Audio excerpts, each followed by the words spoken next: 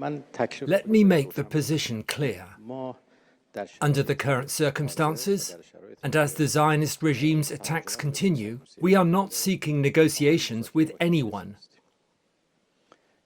especially not the United States, on this matter. It is the Americans who are seeking negotiations. They have sent messages multiple times, including very serious ones.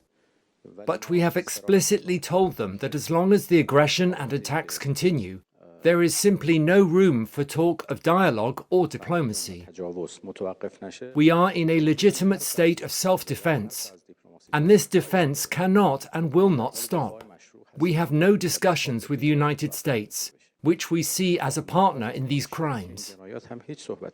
We have always had dialogue with the Europeans and have discussed various issues with them. Even now, if they have something to say, we are listening. We are not ashamed of defending the rights of the Iranian people, and we are not avoiding anyone.